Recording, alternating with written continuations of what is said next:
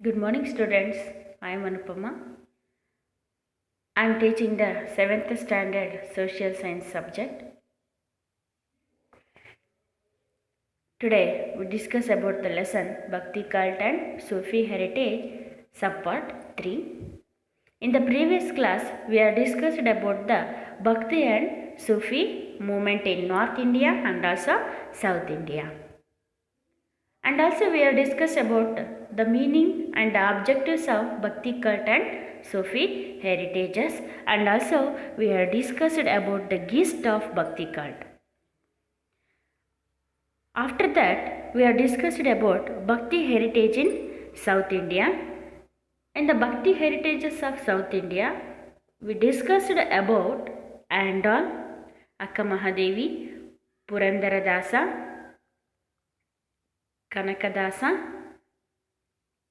Today we discussed about the another important Bhakti heritager in South India was Shishunala Sharifa.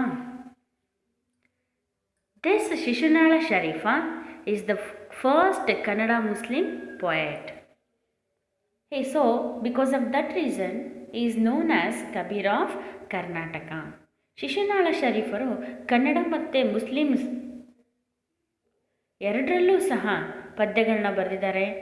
And also musician, ಹಾಡುಗಳನ್ನು ಸಹ ಏನು ಮಾಡಿದ್ದಾರೆ, ಹಾಡಿದರೆ ಸಂಗೀತಗಾರರಾಗಿ ಈ ಪೊಯೆಟ್ಗಳನ್ನು ಹಾಡನ್ನು ಸಹ ಹೇಳಿದ್ದಾರೆ.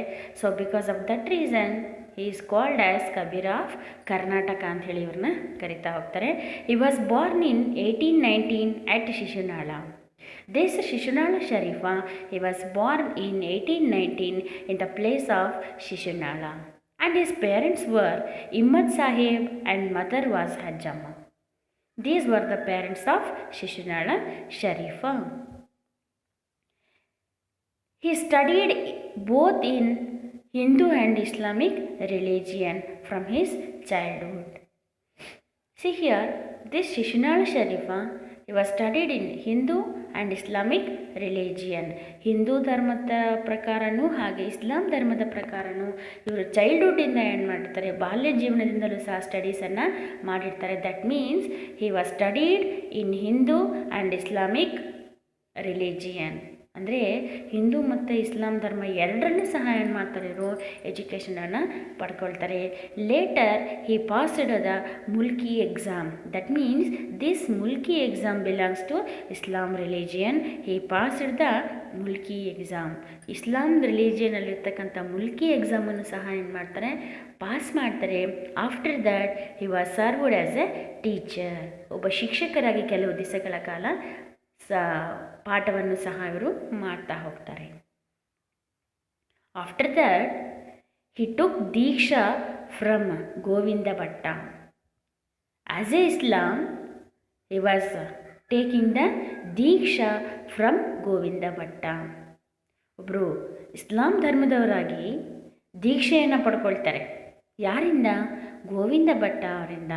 And also he wrote many tatvapadas. See, which are the poems written by Shishunala Sharifa? That poems are called Tattvapadas. After he getting the Diksha, he wrote many poems. That poems are called Tattvapadas. In his poems, he is using a word Revait. See, actually this Revait word, it was come from Muharram word. See, in his Tattvapadas, he was try to spread the humanity beyond the barriers of caste and also religion. That means here he opposed the caste system. So because of that reason, he tried to spread the humanity in the mind of the people. ಜನರಲ್ಲಿ ಮಾನವೀಯತೆಯನ್ನು ಬೆಳೆಸಬೇಕು, ಜಾತಿ ಪದ್ಧತಿಯನ್ನು ತೆಗೆದುಹಾಕೋದಕ್ಕೆ ಏನು ಮಾಡ್ತಾರೆ, ಇವರು ಕೆಲಸವನ್ನು ಮಾಡ್ತಾ ಹೋಗ್ತಾರೆ.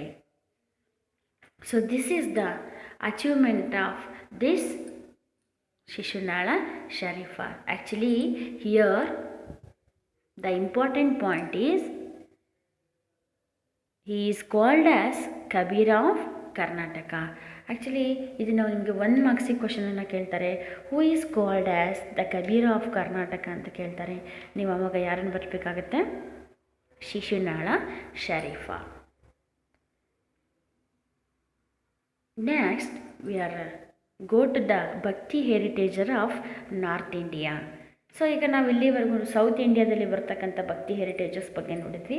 So let's we learned about the bhakti heritages of North India.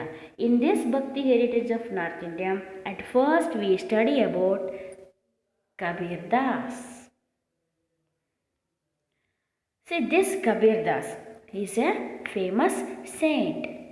ತುಂಬಾ ಫೇಮಸ್ ಆಗಿರ್ತಕ್ಕಂತಹ ಒಬ್ಬರು ಸನ್ಯಾಸಿಯವರು. ಯಾವುದರಲ್ಲಿ? In the bhakti cult. Actually this Kabir Das he was famous saint of bhakti cult and was a disciple of Ramananda. This Kabir Das he was the decibel of Ramananda. ರಾಮಾನಂದನ ಶಿಷ್ಯರು ಇವರು ಆಗಿದ್ದರು. Let us we learned about the more points about Kabir Das. He tried to bring harmony between Hindu and Muslim religion. So here also this Kabir Das, he tried to bring harmony between the Hindu and Muslim religion. Hindu ಮತ್ತು ಮುಸಲ್ಮಾನರ ಸಾಮರಸ್ಯಕ್ಕಾಗಿ ಏನು ಮಾಡ್ತಿದ್ರು? ಅವರು ಕೆಲಸವನ್ನು ಮಾಡ್ತಾಯಿದ್ರು, ಪ್ರಯತ್ನಗಳನ್ನು ಪಡ್ತಾಯಿದ್ರು. Actually, this Kabir Das, he was not own son of Muslim couple. Actually, he was an adopted son of Muslim couple. ಅಂದರೆ Muslim ದಂಪತಿಗಳಿಗೆ ಇದ್ದಂತಹ ಒಬ್ಬ ದತ್ತು ಮಗ. ಇವರು ಸ್ವಂತ ಮಗ ಅಲ್ಲ, ದತ್ತು ಮಗ. ಹಾಗಾದರೆ ಆ ಮುಸ್ಲಿಂ ಕಪಲ್ಸ್ ಯಾರು ಅಂತ ಹೇಳಿದ್ರೆ Niru and Nima. Actually they are live in Varanasi. So Kabir Das, he was the son of the weaving Muslim couple Niru and Nima. ಅಂದರೆ ನೇಯ್ಗೆಯನ್ನು ಮಾಡ್ತಾಯಿದ್ರು. ನೀರು ಮತ್ತು ನೀಮಾ ಅವರ ಅಡಾಪ್ಟೆಡ್ ಸನ್ ಯಾರು? Kabir Das. He condemned. So once again you recall this word condemned. What is the meaning of this word condemned? That means opposed. This Kabir Das, he was opposed the caste system, luxurious life and discrimination based on religion. See here, this Kabir Das, he was opposed to the caste system. You know that caste system means ಜಾತಿ ಪದ್ಧತಿ. ಈ ಕಬೀರ್ ದಾಸ್ ಅವರು ಜಾತಿ ಪದ್ಧತಿಯನ್ನು ವಿರೋಧಿಸ್ತಾ ಇದ್ರು. And luxurious life, ಐಷಾರಾಮಿ ಜೀವನ ಅಂದರೆ ಶ್ರೀಮಂತಿಕೆ ಜೀವನವನ್ನು ಅಪೋಸ್ ಮಾಡ್ತಾಯಿದ್ರು. ದಟ್ ಮೀನ್ಸ್ ಇದರಿಂದ ನಮ್ಗೆ ಏನು ಗೊತ್ತಾಗುತ್ತೆ? He was encourage to simple life. ಸರಳ ಜೀವನಕ್ಕೆ ಅವರು ಹೆಚ್ಚು ಇಂಪಾರ್ಟೆನ್ಸನ್ನು ಕೊಡ್ತಾಯಿದ್ರು ಅನ್ನೋದು ಗೊತ್ತಾಗುತ್ತೆ. And also he was opposed to the discrimination on the basis of religion. ಧರ್ಮದ ಆಧಾರದ ಮೇಲೆ ಹಿಂದೂ, ಬೌದ್ಧ ಧರ್ಮ, ಕ್ರೈಸ್ತ, ಇಸ್ಲಾಂ ಧರ್ಮ ಅಂತಕ್ಕಂಥ ಧರ್ಮದ ಆಧಾರದ ಮೇಲೆ ಭೇದ ಭಾವ ಮಾಡೋದನ್ನು ಇವರು ಅಪೋಸ್ ಮಾಡ್ತಾಯಿದ್ರು. So totally this Kabir Das, he was opposed to the caste system, luxurious life and discrimination on the basis of religion. And also even giving another statement, that is Allah and Rama are the two names of one God. So already ನಾನು ಹೇಳಿದ್ದೆ, they was try to harmony between Hindu and Muslim religion ಅಂಥೇಳಿ. ಇವರಿಬ್ಬರನ್ನ ಒಂದುಗೂಡಿಸ್ತಕ್ಕಂಥ ಪ್ರಯತ್ನವನ್ನು ಇವರು ಮಾಡ್ತಾ ಹೋಗ್ತಾರೆ. ಹಾಗಾಗಿ ಇಲ್ಲೊಂದು ಸ್ಟೇಟ್ಮೆಂಟನ್ನು ಕೊಡ್ತಾರೆ ನೋಡಿ, ಅಲ್ಲಾ and Rama are the two names of one god. ಅಲ್ಲ ಮತ್ತು ರಾಮ ಅನ್ನೋದು. ಸೊ ಯು ನೋ ದಟ್ ಅಲ್ಲಾ is the god of Islam religion and also Rama was the god of Hindu religion. ಇದು ಹಿಂದೂ ದೇವರು, ಅದು ಇಸ್ಲಾಂ ಧರ್ಮದಲ್ಲಿ ಬರ್ತಕ್ಕಂತಹ ದೇವರು. These two names also one god. ಈ ಎರಡೂ ಹೆಸರುಗಳು ಒಂದೇ ದೇವರ ಹೆಸರು ಅನ್ನೋದನ್ನು ಕಬೀರ್ ದಾಸ್ ಅವರು ಹೇಳ್ತಾ ಹೋಗ್ತಾರೆ. And also he said, he described Hindu Muslim as pots of same clay. ಅಂದರೆ ಒಂದೇ ಕ್ಲೇಯಿಂದ ಮಾಡಿರ್ತಕ್ಕಂಥ ಪಾಟ್ಸ್ ಅನ್ನೋದನ್ನು ಹಿಂದೂ ಮತ್ತು ಮುಸ್ಲಿಂ ಧರ್ಮ ಅಂತಕ್ಕಂಥದ್ದು ಒಂದೇ ಕ್ಲೇಯಿಂದ ಮಾಡಿರ್ತಕ್ಕಂಥ ಪಾಟ್ಸ್ ಅನ್ನೋದನ್ನು ಏನು ಮಾಡ್ತಾರೆ? ಹೇಳ್ತಾ ಹೋಗ್ತಾರೆ. Kabir Das told that he is the son of Rama and Allah. And also this Kabir Das told that he is the son of Rama and Allah. Rama ಮತ್ತು ಅಲ್ಲ ಇವರಿಬ್ಬರ ಮಗ ನಾನು ಅನ್ನೋದನ್ನು ಏನು ಮಾಡ್ತಾರೆ? ಹೇಳ್ತಾ ಹೋಗ್ತಾರೆ. According to the Kabir Das, it is not possible to see God by fasting, torturing the body, and sacred pilgrimages ಅಂತೇಳಿದ್ರೆ according to the Kabir Das ಅವರ ಪ್ರಕಾರ, if you want to see the God, do not do the fasting, torturing the body and sacred pilgrimages. ನೀವು ದೇವರನ್ನು ಕಾಣಬೇಕು ಅಂತ ಹೇಳಿದ್ರೆ ಫಾಸ್ಟಿಂಗನ್ನು ಮಾಡಬಾರ್ದು, ಅಂದರೆ ಉಪವಾಸವನ್ನು ಮಾಡಬಾರ್ದು. ನಿಮಗೆ ಗೊತ್ತಿದೆ, ಇಸ್ಲಾಂ ಧರ್ಮದಲ್ಲಿ ರಂಜಾನ್ ಟೈಮಲ್ಲಿ ಏನು ಮಾಡ್ತಾರೆ, ಉಪವಾಸವನ್ನು ಮಾಡ್ತಾರೆ ಅಲ್ವಾ. ಸೊ ನೀವು ದೇವರನ್ನು ಈಸಿಯಾಗಿ ನೋಡಬೇಕು ಅಥವಾ ಕಾಣಬೇಕು ಅಂತ ಹೇಳಿದ್ರೆ ಫಾಸ್ಟಿಂಗ್ ಮಾಡೋದ್ರ ಮೂಲಕ ಆಗಲಿ ಅಥವಾ ಟಾರ್ಚರಿಂಗ್ ದ ಬಾಡಿಯನ್ನು ನೀವು ಹಿಂಸೆ ಮಾಡೋದ್ರಿಂದ ಆಗಲಿ ಅಥವಾ ರೀಡಿಂಗ್ ದ ಸೀಕ್ರೆಟ್ ಪಿಲಿಗ್ರಿಮೇಜಸ್, ಪವಿತ್ರ ಗ್ರಂಥಗಳನ್ನು ನೀವು ಓದೋದ್ರಿಂದ ಆಗಲಿ ನಿಮಗೆ ದೇವರು ಕಾಣೋದಿಲ್ಲ. ಯಾವುದರಿಂದ ಸಾಧ್ಯ? It is only possible by secret devotion. ಇದು ಯಾವುದರಿಂದ ಸಾಧ್ಯನಪ್ಪ ಅಂತ ಹೇಳಿದ್ರೆ ನಿಮ್ಮಲ್ಲಿ ಭಕ್ತಿ ಇದ್ದರೆ ಮಾತ್ರ ಏನಾಗುತ್ತೆ, ಇದೆಲ್ಲ ಸಾಧ್ಯ. ಅಂದರೆ if you have devotion easily you can see the God. ನಿಮ್ಮಲ್ಲಿ ಭಕ್ತಿ ಅನ್ನೋದಿದ್ದರೆ ನೀವು ಈಸಿಯಾಗಿ ಏನು ಮಾಡ್ತೀರಾ, ದೇವರನ್ನು ಕಾಣ್ತೀರಾ ಅನ್ನೋದನ್ನು ಏನು ಮಾಡ್ತಾರೆ ಕಬೀರ್ ದಾಸ್ ಅವರು ಹೇಳ್ತಾ ಹೋಗ್ತಾರೆ. ಹಿ taught his philosophy through Doha. C here this Kabir Das, he taught his philosophy through the doha. See, this Kabir Das, he write the dohas. Doha means 2 lines poems. 2 ಸಾಲಿನ ಪದ್ಯಗಳನ್ನು ಅಂತೇಳಿ ಕರಿತಾ ಹೋಗ್ತೀವಿ. They are called doha. Here the Kabir Das, he write his philosophy thoughts in doha. ದೋಹಾಗಳಲ್ಲಿ ಅವರ ಆಲೋಚನೆಗಳನ್ನು, ಅವರ ಆ ಚಿಂತನೆಗಳನ್ನು ಏನು ಮಾಡ್ತಾಯಿದ್ರು, ಬರೀತಾಯಿದ್ರು. Which is simple and easy to understand by common people. See here ಇಲ್ಲಿ ಏನು ಮಾಡ್ತಿದ್ರಪ್ಪ ಅಂತ ಹೇಳಿದ್ರೆ, the dohas were very simple, ತುಂಬ ಸರಳವಾಗಿರ್ತಾಯಿದ್ವು. And also they are easy to understand by common man. ಸಾಮಾನ್ಯ ಜನರಿಗೂ ಸಹ ಈಸಿಯಾಗಿ ಸುಲಭವಾಗಿ ಅರ್ಥವಾಗುವಂತೆ ಅವು ಇರ್ತಾಯಿದ್ವು. Okay, see, the followers of Kabir Das is called as Kabir Panthis. ಅವ್ರನ್ನ ಕಬೀರ್ ಪ್ಯಾಂಥೀಸ್ ಅಂತೇಳಿ ಏನು ಮಾಡ್ತಾಯಿದ್ರು, ಕರಿತಾಯಿದ್ರು. ಕಬೀರ್ ದಾಸ್ ಅವರ ಫಾಲೋವರ್ಸನ್ನು ಕಬೀರ್ ಪ್ಯಾಂಥೀಸ್ ಅಂತೇಳಿ ಕರಿತಾಯಿದ್ರು. Okay, next we discuss about the another prominent bhakti heritager of North India, Guru Nanak. The period of Guru Nanak was 1469 to 1539 CE. Okay, once again you see the picture of Guru Nanak. See here student, this is the picture of Guru Nanak. Actually this Guru Nanak, he was the founder of Sikh religion. Sikh ಧರ್ಮದ ಸ್ಥಾಪಕರು ಇವರು. ಯಾರು? ಗುರು ನಾನಕ್ ಅವರು. ನೀವು ಸಿಖ್ ಪರ್ಸನ್ಸನ್ನು ನೋಡಿದಿರಲ್ವ, ಸಿಖ್ ಧರ್ಮಕ್ಕೆ ಸೇರಿದವರನ್ನು.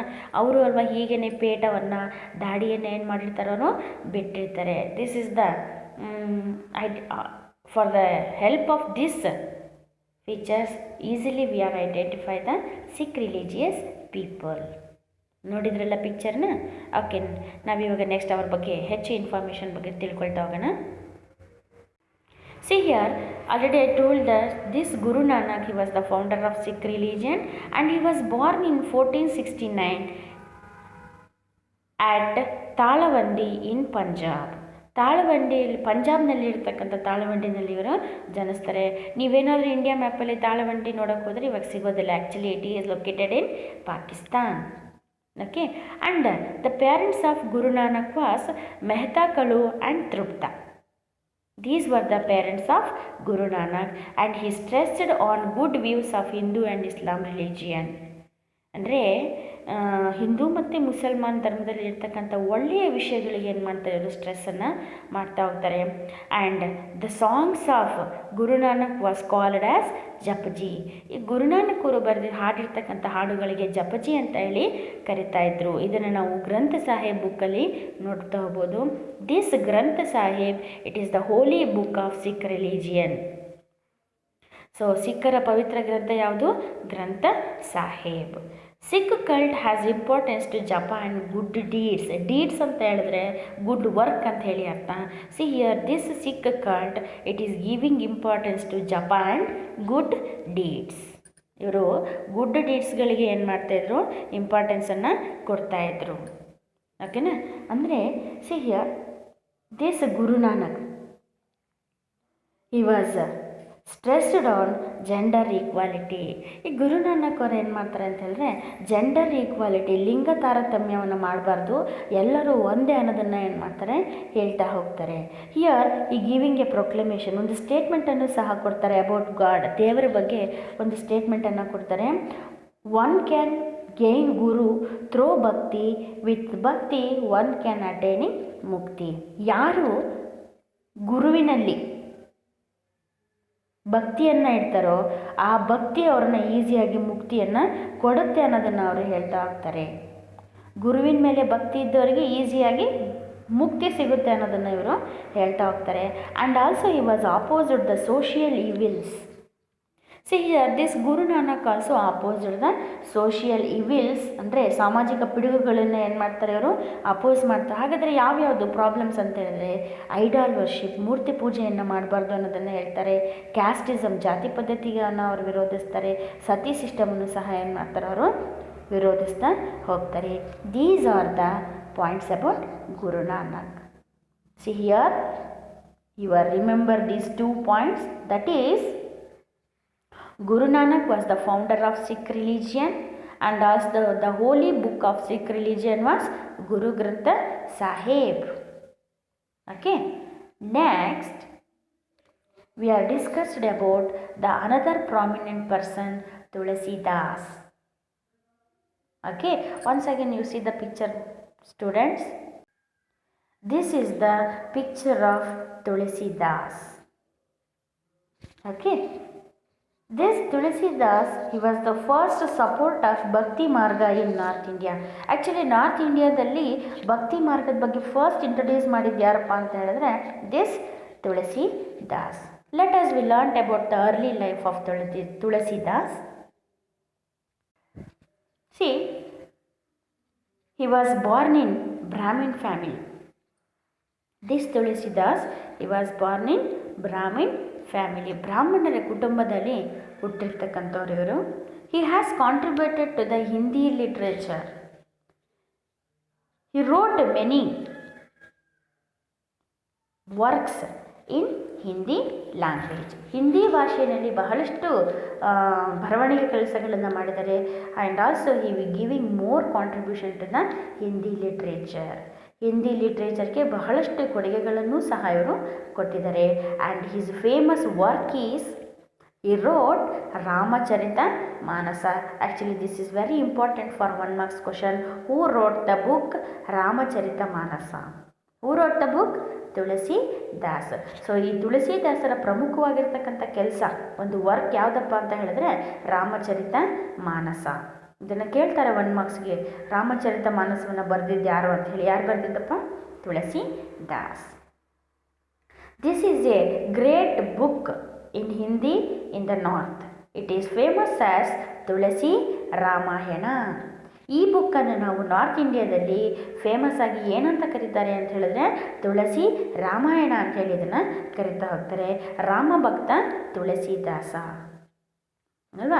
ಈ ತುಳಸಿದಾಸರು ಯಾರ ಭಕ್ತರು? ಇವರು ರಾಮನ ಭಕ್ತರು.